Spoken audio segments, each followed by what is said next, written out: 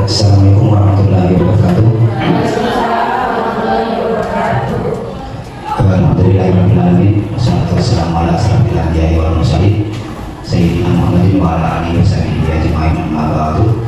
Allahumma shalli ala sayyidina Muhammad wa ala ali sayyidina Muhammad. Terima kasih yang pertama-tama saya ucapkan kepada Bapak Ibu guru sekalian sudah bisa meluangkan waktu bersama-sama untuk mendengarkan terkait soal program kerja program sekolah SD Al-Qotijah.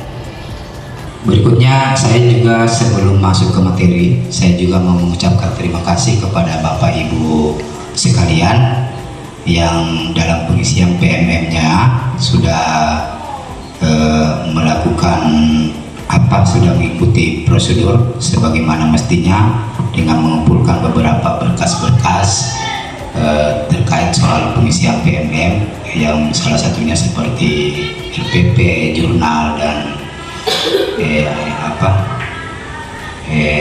silabus terkait penanganan siswa-siswa kita di SD Al-Qotijah. Baiklah, pada kesempatan hari ini saya mencoba untuk memaparkan program yang ada di SD Al-Qotijah yang beberapa hari yang lalu saya sudah coba untuk membuat beberapa ringkasannya.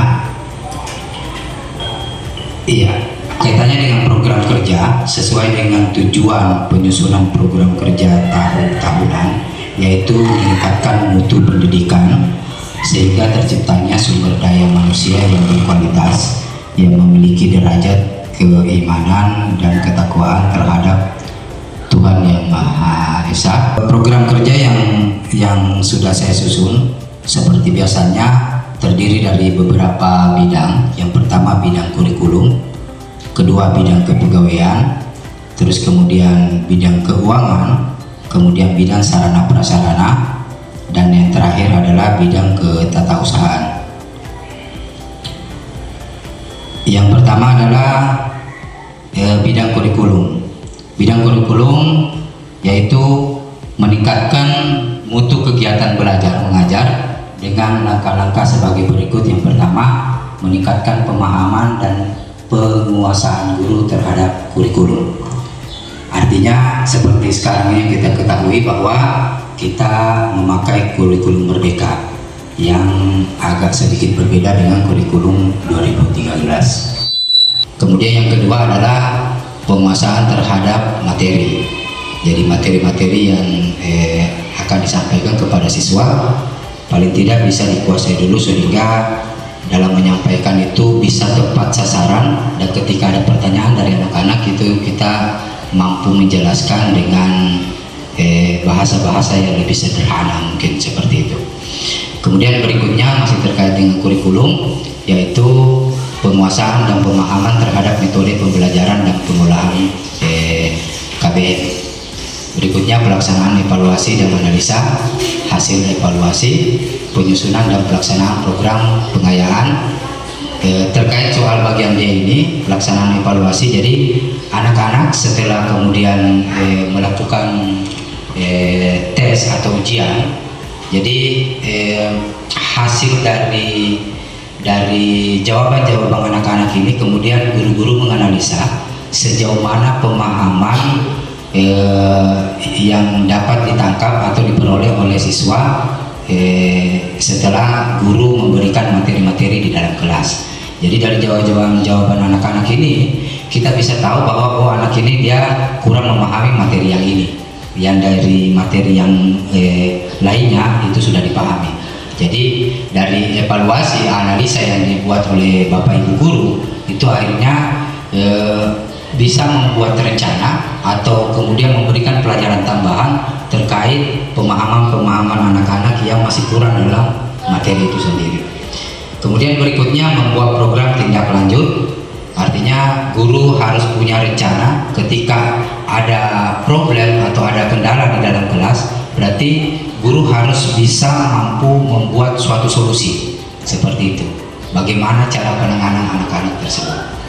Kemudian bidang kedua adalah bidang kepegawaian, meningkatkan profesional, disiplin dan komitmen yang tinggi serta tanggung jawab dalam melaksanakan tugas sesuai dengan tugasnya masing-masing. Langkah-langkahnya yang pertama, pembagian tugas guru dalam kegiatan belajar mengajar dan kegiatan ekstrakurikuler yang dituangkan dalam SK. Jadi kita ada SK pembagian tugas yang Bapak Ibu sudah pegang masing-masing. Dalam 1 tahun itu ada 2 SK pembagian tugas semester ganjil dan pembagian tugas semester genap. Kemudian meningkatkan pengawasan terhadap pelaksanaan tugas baik secara terjadwal atau secara kebutuhan. Artinya kita harus bisa memberikan pengawasan terhadap pelaksanaan tugas-tugas kita ini. Berikutnya berusaha memberikan kesejahteraan lahir batin seperti penghargaan secara lisan berupa ucapan terima kasih, promosi jabatan bila memenuhi syarat seperti yang sudah dilakukan yayasan. Ada tahapan-tahapan seperti honor, terus guru kontrak dan guru tetap, terus kemudian kenyamanan dalam melaksanakan tugas. Berikutnya yang terakhir untuk bidang kepegawaian, yaitu pemberian insentif ala kadarnya. Maksudnya ala kadarnya ini sesuai dengan anggaran sesuai dengan kemampuan anggaran sekolah, seperti itu. Kemudian bidang berikutnya adalah bidang keuangan, meningkatkan kelancaran pengelolaan keuangan sehingga pendistribusiannya dapat memperlancar kegiatan pendidikan yang ada di SD Al-Qotijah dengan langkah-langkah sebagai berikut. Yang pertama, pembenahan petugas pengelola keuangan. Ya, jadi ada pengelola gaji, ada pengelola bos, gitu. Ada penataan ruang baik di kelas, kantor, UKS, terus perbaikan mobilier, terus pemeliharaan terhadap alat peraga, kemudian mengusahakan penambahan dan perbaikan sarana prasarana yang ada di sekolah. Artinya bidang keuangan ini juga dalam penyusunan program di Arkas itu tetap memperhatikan sarana prasarana bila mana ada sarana-sarana yang masih bisa kita pelihara, seperti itu. Artinya tidak perlu harus sampai langsung dimusnahkan. Kemudian bidang berikutnya yang keempat adalah bidang sarana prasarana, dapat memenuhi kebutuhan sarana prasarana yang menunjang terhadap lancarnya kegiatan proses KBM. Jalan masuk ini masih ada beberapa yang maksudnya masih kurang bagus lah, seperti itu. Jadi insya Allah untuk peningkatan kualitas pelayanan kita di SD Al-Qotijah salah satunya memberikan perhatian kepada tempat-tempat yang seperti jalan masuk tadi itu. Kemudian bidang yang terakhir yaitu ketatausahaan, meningkatkan pelayanan terhadap stakeholder dan pendokumentasian kegiatan pendidikan melalui peningkatan kegiatan pengadministrasian. Jadi artinya kegiatan-kegiatan yang ada di sekolah ini Bapak Ibu harus bisa ada dokumentasi seperti yang diharapkan oleh pengawas di beberapa pertemuan yang lalu. Dalam pemberkasan akreditasi dari asesor itu juga menanyakan hal-hal yang seperti yang saya maksud tadi, bahwa ketika ada kegiatan-kegiatan keagamaan itu harus ada dokumentasi dan pelaporannya sehingga ketahuan bahwa pernah melakukan kegiatan, ada buktinya, seperti itu. Dalam ketatausahaan ini ada beberapa pembagian seperti pembagian administrasi mengajar, kurikulum, administrasi kemuridan,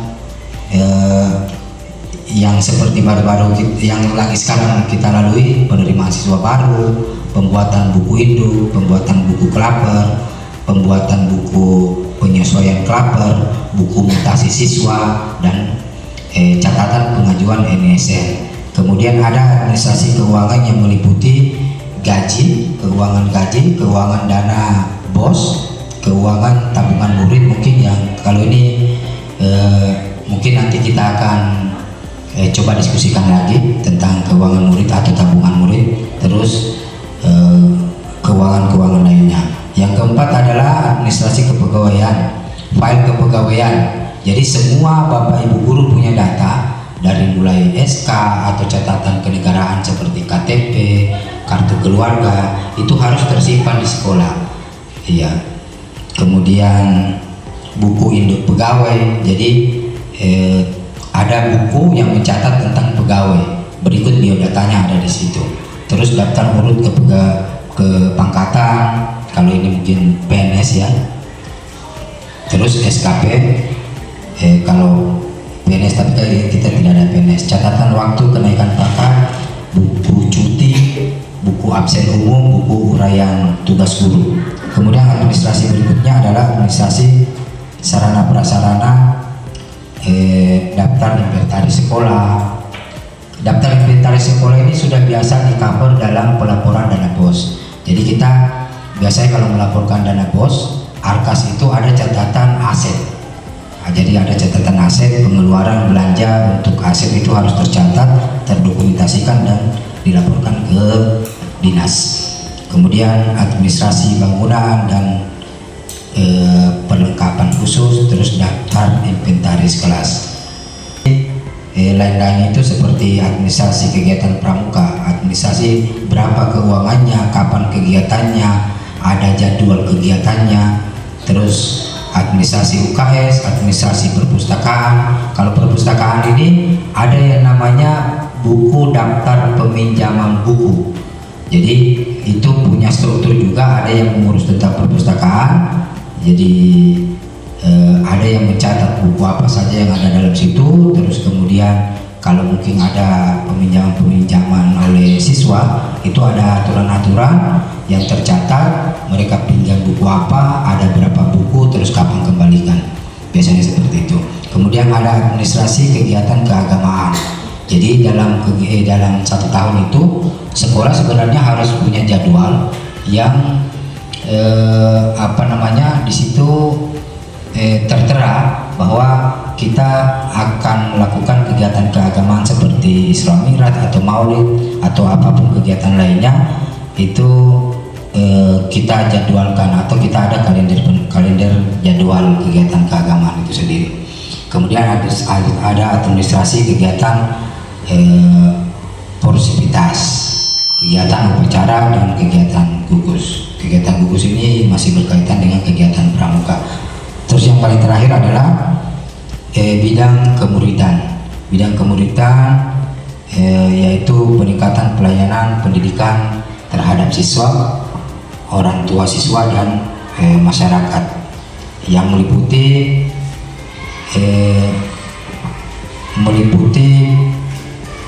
penyediaan sarana prasarana belajar mengajar, peningkatan pembinaan prestasi siswa dengan cara mengikut sertakan siswa dalam kegiatan lomba-lomba baik tingkat sekolah, gugus sekolah, tingkat kecamatan. Seperti yang beberapa pekan yang lalu, beberapa siswa kita mengikuti kegiatan lomba tahfiz, kegiatan cerdas cermat, mungkin ada juga yang kegiatan lomba yel-yel, ya seperti itu. Lomba mata pelajaran, mungkin kalau ada lomba